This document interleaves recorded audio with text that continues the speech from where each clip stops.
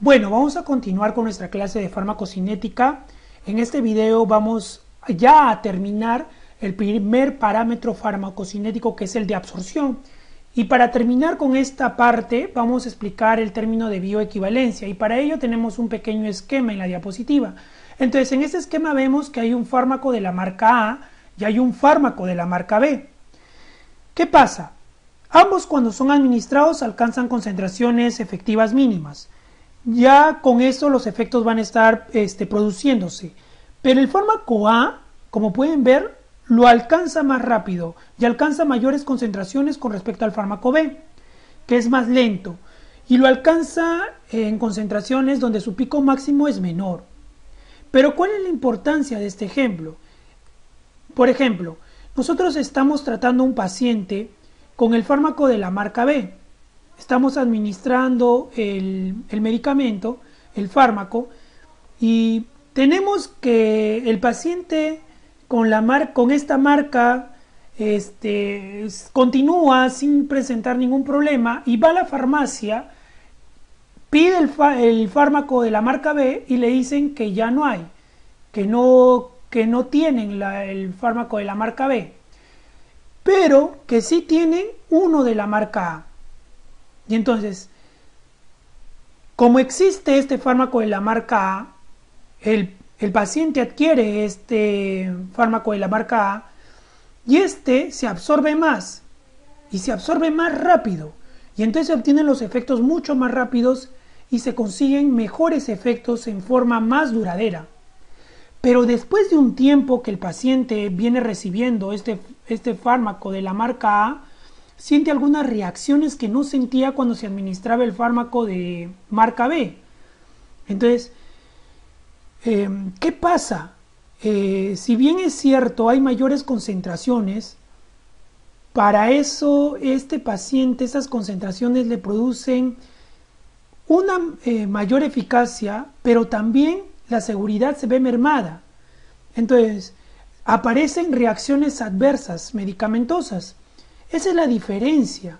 Hay reacciones adversas que son tratables y no habría mayor problema, pero hay reacciones adversas que pueden bajar, por ejemplo, la presión arterial de forma muy brusca, ¿no? Y eso no es beneficioso. Cuando sucede, se dice que esos fármacos no son bioequivalentes, no hay seguridad. La bioseguridad implica que ambas presentaciones, tanto de la marca A y la marca B, tengan la misma seguridad. Implica que se presente la mínima cantidad de reacciones adversas. Entonces, eso es lo que explica este pequeño esquema acerca del concepto de bioequivalencia. Con ello hemos acabado con el primer parámetro de farmacocinética, que es el de absorción, y ahora vamos a entrar al segundo parámetro, que es el de distribución. Entonces, vamos a conceptualizar, ¿no? La distribución, el pasaje de fármacos desde la circulación a los compartimentos corporales, ¿no? Entonces, para que esto suceda, el fármaco va a depender, 1, del flujo sanguíneo, 2, del enlace del fármaco a proteínas plasmáticas, ¿no? Solo el fármaco libre es activo.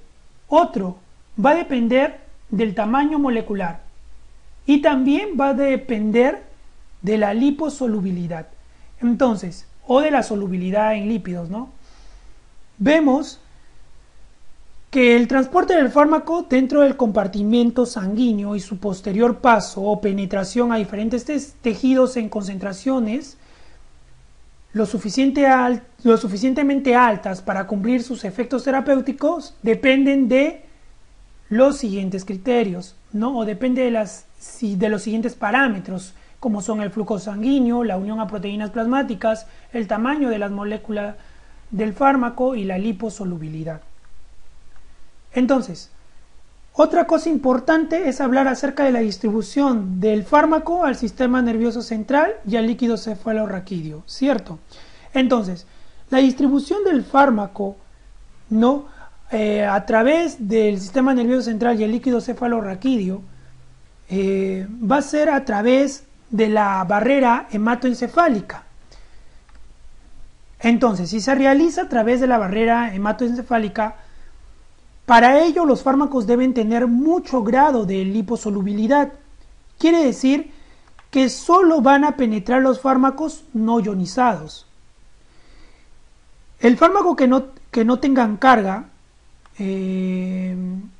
las sustancias hidrosolubles, siempre y cuando sean de muy bajo peso molecular, pueden pasar por difusión. Por ejemplo, la urea o el alcohol. Cuando se consume alcohol, los efectos se ven rápidamente. Naturalmente depende de la cantidad ingerida, por cierto. Otro tema importante dentro de la distribución va a ser la redistribución o depósito de fármacos. Para hablar de la redistribución y distribución y depósitos de fármacos, un mecanismo también por el cual los fármacos pueden inclusive terminar su acción, no solamente porque se van a metabolizar a sustancias inactivas, sino también porque se redistribuyen.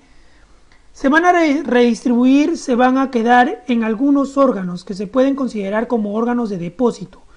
No hay células blanco y por lo tanto, como no hay células blanco, los fármacos están en estado inactivo. Los principales depósitos son los tejidos, ya como pueden ver en la diapositiva, aunque también aparecen algunos componentes como los glóbulos rojos, por ejemplo.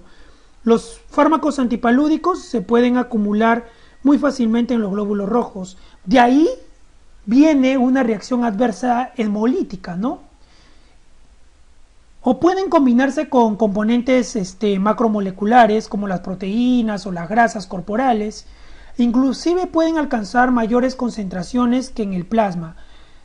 ¿Por qué se quedan estos fármacos y son atrapados, ¿no? De ahí van a salir en algún momento, pero van a ser atrapados. Por ejemplo, metales pesados como el mercurio, el bismuto, otros metales pueden depositarse en algunos órganos como el riñón, el hígado, el vaso. Algunos diuréticos que se utilizaban inicialmente eran diuréticos, ¿no? Y el mercurio también se utilizaba y podría acumularse efectivamente. Actuaba el mercurio como un diurético, ¿no? Anteriormente, y como se utilizaba con ese fin, otros componentes de esos fármacos, como ustedes saben, el mercurio se acumulaba y con el tiempo si se hacía abuso de este fármaco, era perjudicial completamente para el organismo, ¿no? La digoxina, por ejemplo, se acumula en el corazón, en el hígado, en el riñón, una sustancia que se utiliza para el tratamiento de la insuficiencia cardíaca, ¿no? Las tetraciclinas, que se almacenan en lugares donde exista el calcio. Las tetraciclinas, como sabemos, son parte de la terapia antiinfecciosa y se almacenan en huesos y dientes y puede ser perjudicial para niños que se encuentran en crecimiento. El tiopental se distribuye al tejido graso, es una sustancia muy liposoluble, solo se administra por vía intravenosa, ¿no? Y sus efectos ya pueden verse o notarse en los primeros minutos, ¿no? A los 5 minutos se observa que la franca depresión del sistema nervioso central, porque se utiliza como un analgésico general, pero es muy liposoluble al nivel del sistema nervioso central. Entonces, cumpliendo con estas dos condiciones, el efecto es bastante rápido y es muy peligroso, porque si no se administra adecuadamente al sistema nervioso central, lo que le va a producir es una depresión y podemos ocasionar la muerte por un paro respiratorio. Pero como es muy liposoluble, también sale del sistema nervioso central rápidamente. Por eso es que ni bien administramos, sus efectos terminan rápidamente. Si se quiere mantener un efecto, hay que administrarlo por vía intravenosa con un control adecuado, y de ahí se va a distribuir a los diferentes órganos del cuerpo y finalmente llegan al tejido graso, porque su llegada implica la vascularización, y el tejido graso es poco vascularizado, llega al final, pero también se queda finalmente, pero igualmente va a salir. Y también igualmente la acción del tiopental termina porque va a estar, ¿no? Actuando en el órgano de acción y se va a metabolizar también, pero su acción termina por redistribución y no por vía metabólica. Entonces, pueden combinarse con proteínas o grasa corporal y alcanzar mayor concentración en el plasma. Ahora vamos a hablar del volumen de distribución. El volumen de distribución, recordando los compartimentos corporales, ¿no? El volumen total es de 42 litros para una persona que pesa 60-70 kilogramos y eso corresponde al intracelular unos 28 litros, al extracelular unos 14 litros y dentro del extracelular al intersticial le corresponde 10 litros y al plasmático 3 a 4 litros. Entonces, el plasmático va a ser siempre el volumen con menor cantidad de litros, ¿no? Es el compartimento que tiene menor volumen.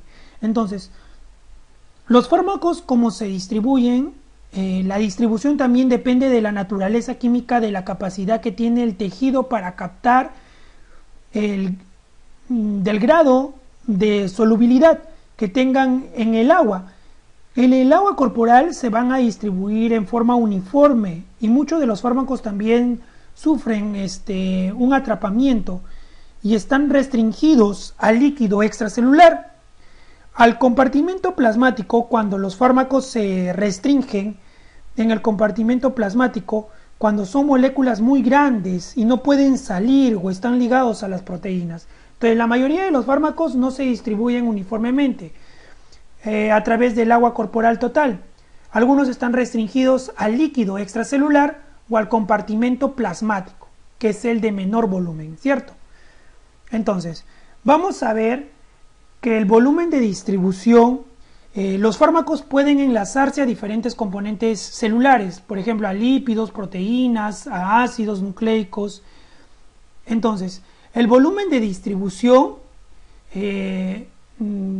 volumen en el cual el fármaco está diluido, ¿no? No describe un volumen físico real, porque si describiera un volumen físico real, el volumen no debería pasar del peso corporal, porque el fármaco se va a enlazar también a estas macromoléculas y por eso se llama o se denomina volumen aparente de distribución. Se podría a este volumen aparente de distribución como el volumen corporal que tendría que estar el fármaco disuelto para alcanzar la misma concentración que tiene en el plasma. Cuando hablamos de distribución hablamos de cualquier compartimento que no sea el plasma. Entonces, el volumen de distribución, volumen corporal en que tendría que haberse disuelto el fármaco para alcanzar la misma concentración que en el plasma. Porque cuando hablamos de distribución hablamos de cualquier compartimento que no sea el plasma. Entonces, como vemos en la primera fórmula, el volumen de distribución va a ser igual a la dosis administrada, la cantidad administrada, sobre la concentración plasmática, ¿no?, a tiempo cero. Entonces, el volumen de distribución no describe un volumen físico real, es un volumen aparente de distribución. El volumen de distribución nos sirve para provee una indicación de la distribución fisiológica de un fármaco y nos va a reflejar la cantidad de fármaco en el espacio plasmático. El resto podría estar en el espacio extraplasmático o puede estar eliminado. Lo único que podemos saber es lo que podemos medir. Si solo podemos medir, no lo sabemos exactamente, solo se puede medir en el plasma, sangre o en el suero. Entonces, el volumen de distribución, ¿no?, tiene utilidad clínica para calcular la dosis requerida.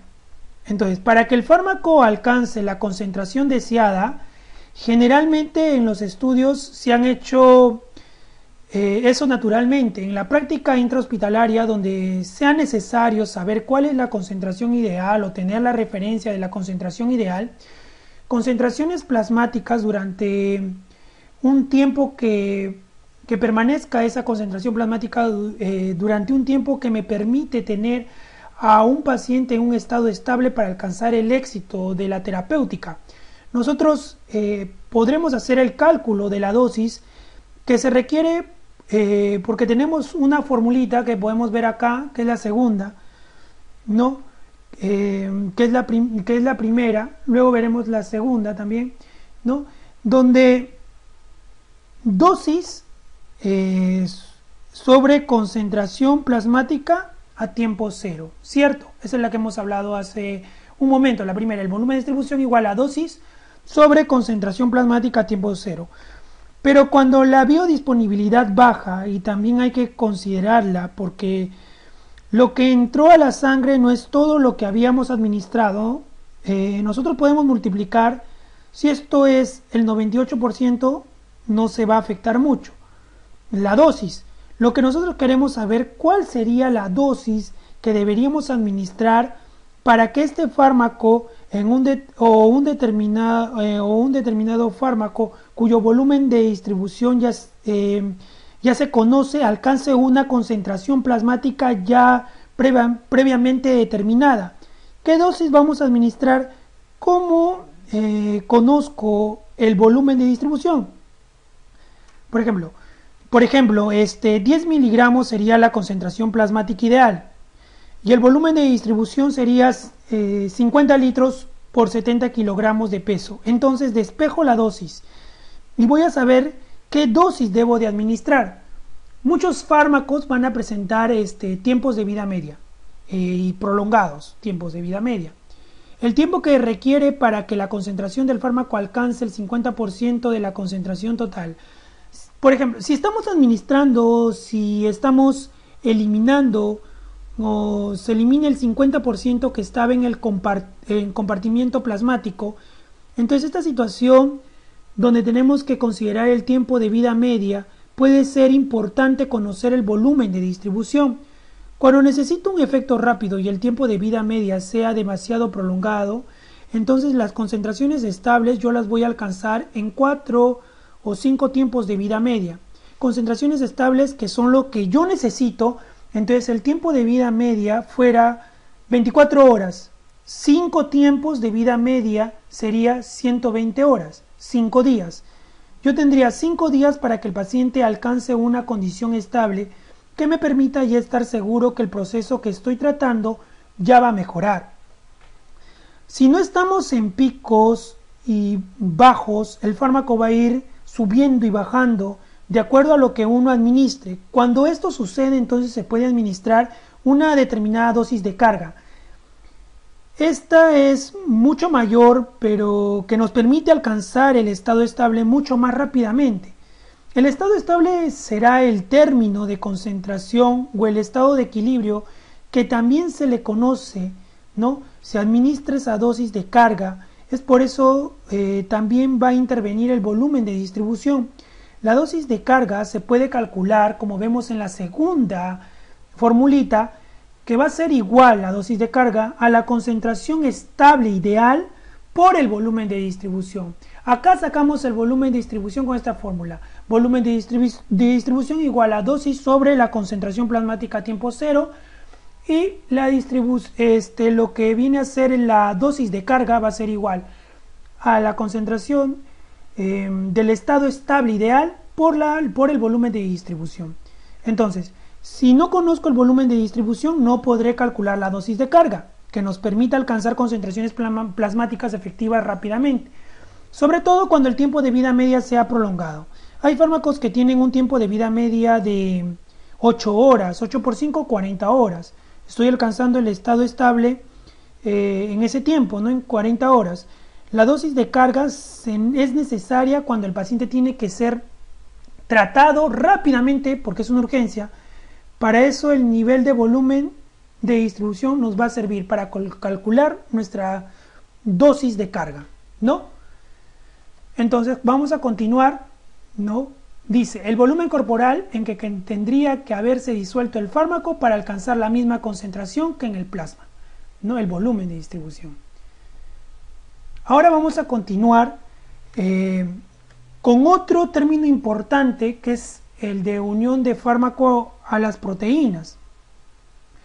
Pero continuando con lo anterior, cuando uno tiene una concentración ideal para una determinada situación, entonces se puede calcular la dosis teniendo en cuenta el volumen de distribución del fármaco. Entonces se utiliza el volumen de distribución para determinar lo que se conoce como dosis de carga. Es la dosis de carga, que es el doble de dosis normalmente, como vimos anteriormente, ¿no? Que se denomina dosis de mantenimiento con la finalidad de tener concentraciones grandes rápidamente. Y esto se utiliza sobre todo cuando los tiempos de vida media son muy largos para alcanzar un equilibrio, o sea, un estado estable en el cual las concentraciones se mantengan sin variaciones durante un tiempo, ¿no?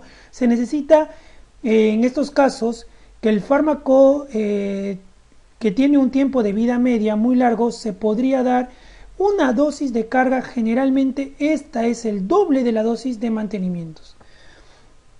Estos eran algunas pequeñas cositas que teníamos que aclarar, ¿no? de la anterior diapositiva, ¿no? Ahora vamos a ver lo que es unión de fármaco a las proteínas. La mayoría de fármacos, como ustedes saben, se unen en forma reversible a una o más proteínas, ¿cierto?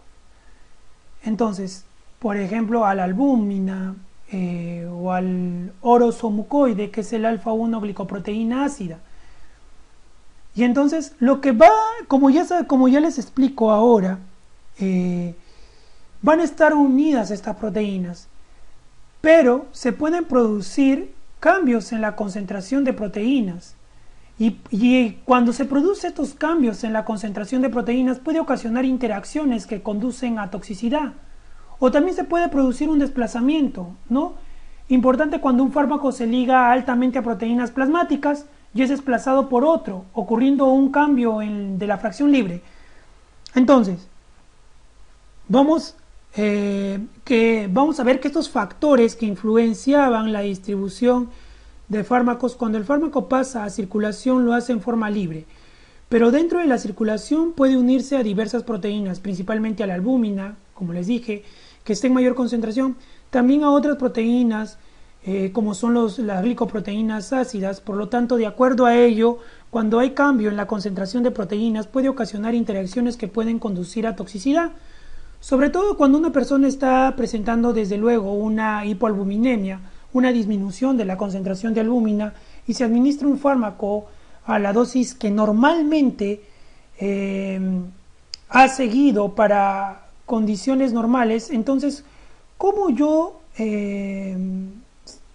hay tanta albúmina con la cual se pueda unir el fármaco, entonces habrá más fármaco libre y entonces habrá más posibilidad de que éste salga con aumento de las acciones farmacológicas, pero también con mayor posibilidad de mayores reacciones adversas, porque las concentraciones no son las que se habían calculado en funciones normales. Esto es importante porque cuando se hacen los estudios de los fármacos, no se estudia los fármacos en todas las situaciones, se estudia primero en pacientes sanos y después en pacientes que padecen la enfermedad, para lo cual se necesitará el fármaco. A veces no se observa qué otras patologías tiene el paciente y puede presentarse una patología en un paciente que fue fisiológicamente normal, pero no posteriormente, ¿no? Entonces, el otro factor que altera la distribución del fármaco es el desplazamiento. Como ven ahí, es lo que dice, desplaza. Cuando hay desplazamiento hay dos fármacos. Pero en el caso que hay dos fármacos que se encuentran en forma simultánea, como de acuerdo a sus características físico-químicas, podría desplazar al otro de su unión a las proteínas, y al desplazarlo también estuviéramos con mayor fracción libre de ese fármaco que había sido desplazado. Esto cobra importancia en la interacción medicamentosa y con causa de internamiento, que los signos y síntomas son bastante alarmantes, ¿no? Cuando un fármaco se liga a las proteínas, hay muy poca cantidad de fármaco libre. Si se desplaza, aumenta la cantidad de fármaco libre. Y se ve mucho más que si el fármaco estuviera normalmente en la mayor parte de su concentración en forma libre. Importante, cuando el fármaco se liga a las proteínas plasmáticas y es desplazado por otro, es importante. También cuando el fármaco tiene un índice terapéutico estrecho, ni bien un poquito de concentración aumenta, cuando ya se puede estar presentando en ese momento ya las reacciones adversas. Entonces acá lo que va a ocurrir es un cambio en la fracción libre. Y para ello tenemos el siguiente esquema que lo vamos a explicar en el siguiente video, ¿ya? El siguiente esquema para entender más que todo el mecanismo de desplazamiento.